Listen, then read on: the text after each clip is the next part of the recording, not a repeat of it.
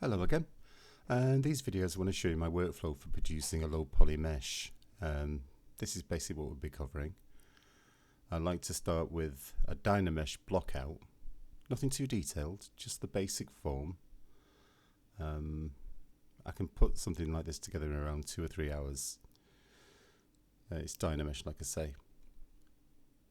But for the sake of the workflow, I like to actually duplicate this, so I have two versions of the mesh.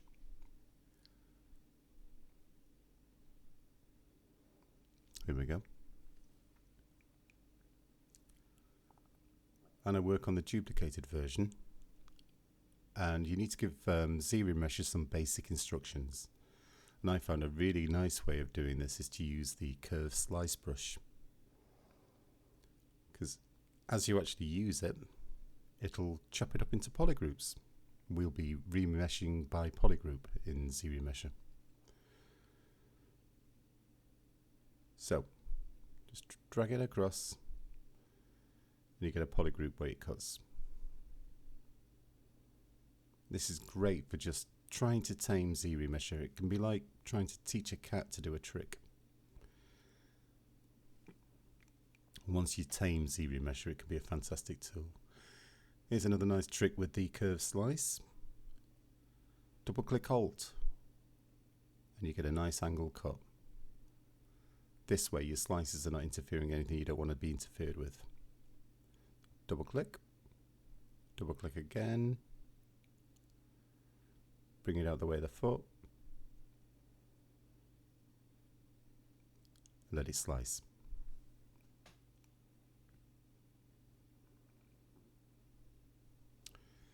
So these are our basic groups so far.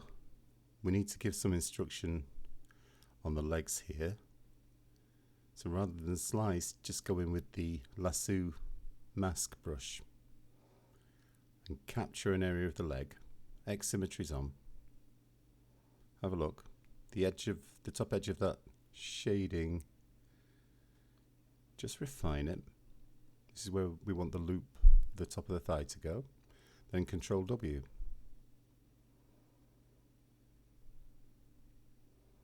There we go. And I keep doing this across the body.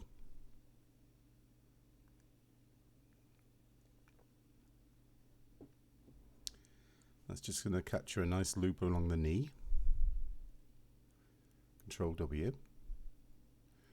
Do the same for the arms. Control W.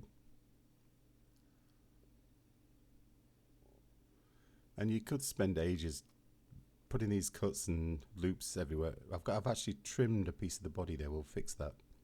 That's auto group. Select those to make them go away. Group visible. And we can go back and find those pieces in a moment. Control W. And let's find those pieces we trimmed accidentally. Alt select. Just grab these and group visible.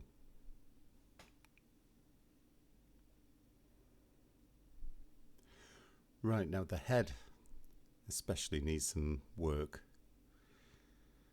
You can go in with polygroup it and paint by polygroup and all sorts of things, but there's just one trick I like to do because I plan to actually edit this in 3D Coat. I'm just going to give a polygroup guide and mask out a circle.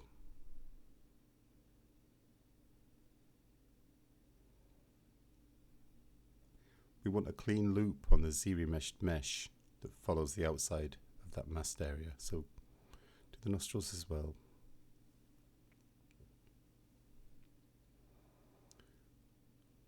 Control W. We've got our loops. Okay.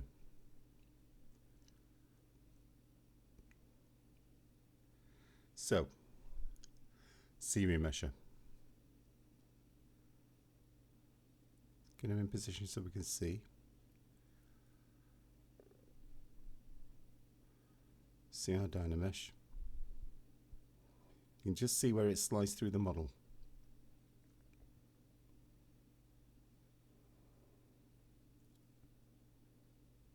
Just set that to an arbitrary figure for now. Keep groups. See what we get. I find this to be a less punishing technique to use a Dynamesh for your retopology rather than use a complicated high poly mesh. This way you get your results quicker, you can experiment, do 2 or 3 versions till you're happy.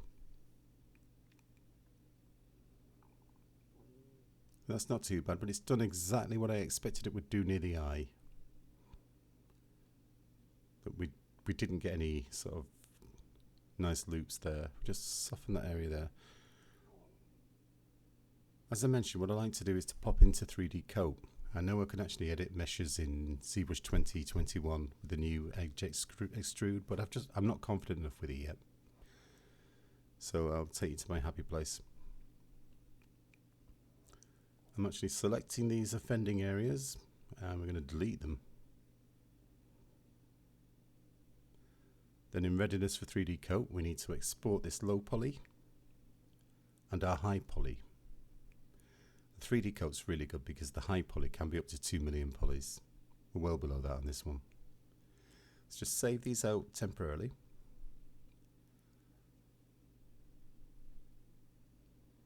And export the high poly.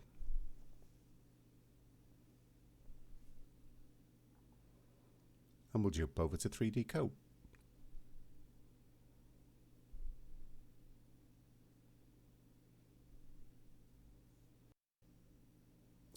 Here we are in 3D Coat. I've been using this software for about 6 or 7 years now. It's fantastic. So we firstly import our high poly. This can take a while, but 3D Coat can surprise everybody. It can bring in some huge meshes. So here it is. First thing we do, go over to Symmetry, hit Symmetry on the X. There we go. Right, go to Retopo and import our low poly. And here we are, ready for Retopology. Okay. There's a great little tool. It's the Points and Phases button over on the left menu. We're going to try and get some nice loops that will please even the most stubborn rigger. Just click, right click and fill. Just work your way around the model. Some people hate Retopology, but I've actually hand retopologized whole models in 3D Coat. Just get yourself in your happy place, put some music on, click away. Right, it's basically the pattern we wanted. We're just going to do some internal ones here.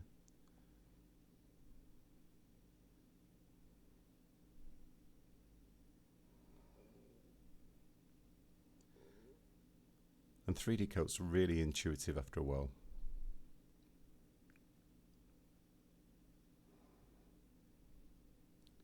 It can be difficult negotiating a model when you're this close up though.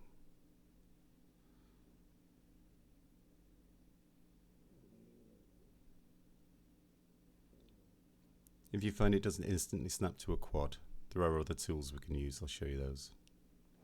The quad tool, you just hit on an edge and force the issue.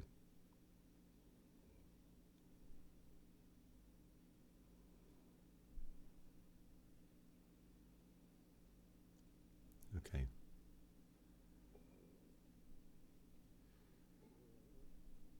Now split rings does exactly what it says on the tin. You just snap and it adds a loop. And the low poly mesh does actually pull towards the high poly version underneath. And you can take this opportunity just to throw some extra loops in here as well. Okay, let's just tackle this nostril.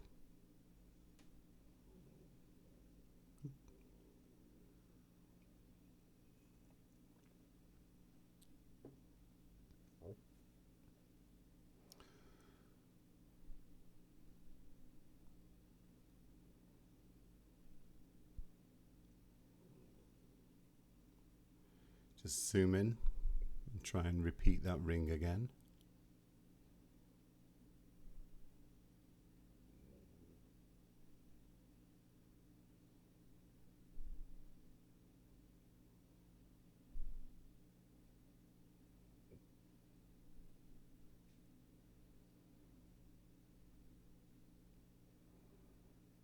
I do plan to practice more with the new Retopo edge loop extrude thing in 2021 ZBrush.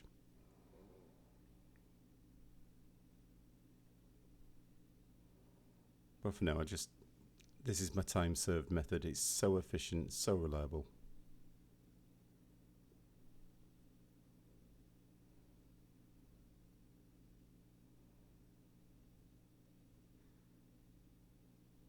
And if you look at the bottom of the screen, it gives you an accurate count. How many triangles, quads, n-gons.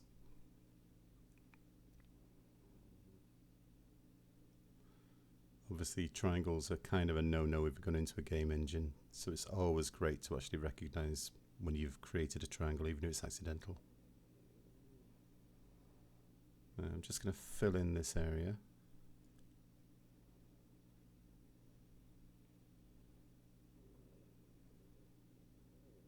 I was lucky.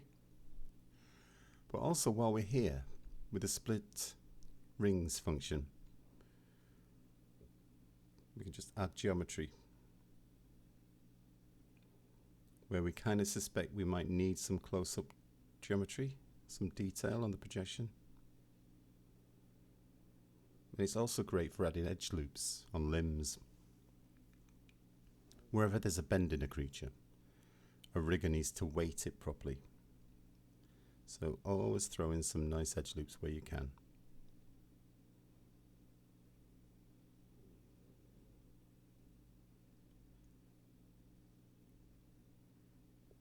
This is also pulling the low poly mesh onto the high poly. You watch, get a nicer curve. We'll get some spirals there, which is a series mesher trick. This is just going to add a little poly loop over the joints of the toes.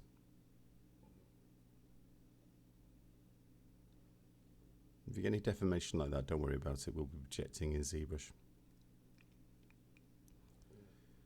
Get some detail around the finger joints. This isn't as exact as hand Retopology, but trust me, it works.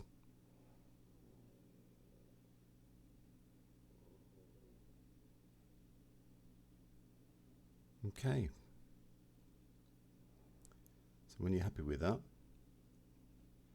no triangles,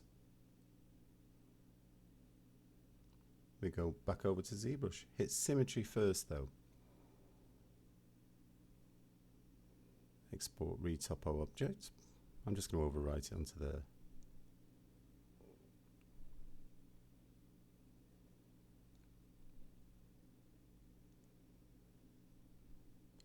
Back into ZBrush, hit import, it writes it straight over the existing model. You can see we've got polygroups now on the retopologized parts of the face. So ideally we need to change that because we're going to use polygrouping to our advantage when we actually UV the model as well. Okay.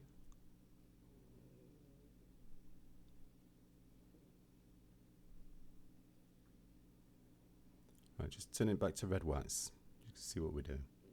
Here's the high poly and the low poly underneath.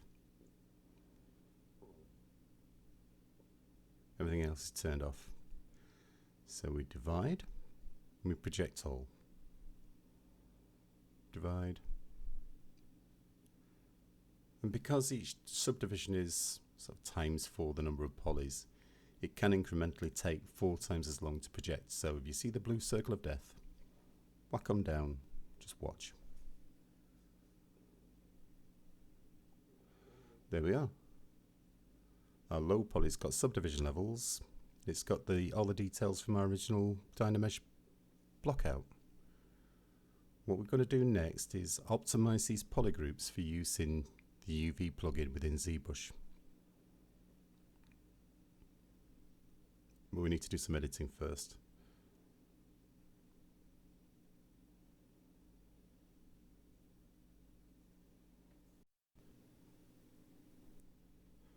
Right, what we're going to do now is break down these polygroups again.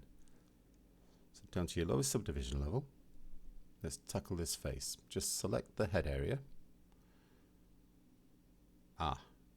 These eyes and nostrils are the same polygroup as the arms, so Control W and Group Visible. It'd be nice if we could actually get an island inside the mouth. So I think we'll tackle that next. So close up on the head. See if you can find a poly loop where we can isolate the inside of the mouth. And select lasso. That's good. Auto group. Right, we need to combine this red band and the purple. Group visible. And we can split this into two so it's not making a big clumsy island on the UV map.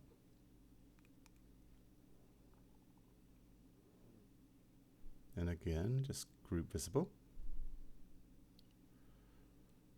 That's good. Now, tackle the head. Go out of X symmetry. Because we want to split this into two halves. So masking, just go over the edge center line and Control W.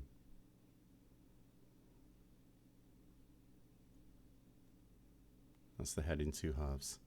The tail's broken up into polygroups, the body shell, the thighs, the calves, the feet. Just split this the same way we did the head, because we will be doing some texturing with tileable maps. Okay. Over to the UV plugin and work on clone.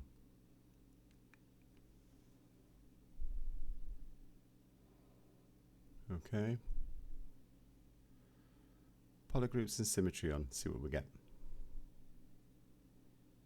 And flatten. That's not too shabby. I've seen people spend a day hand cutting organic shapes to make them fill as much space as that, so I'm going to accept that. Here's a trick though. Try this. And you can relax your mesh.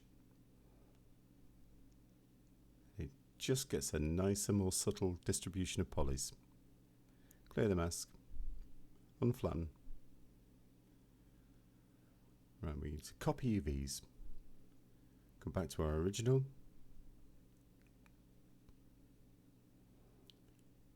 And paste the UVs.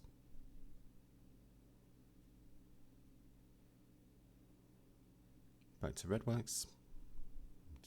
Turn that off. So we've got UVs. We've got our subdivision levels. We'll just morph the UVs and look again.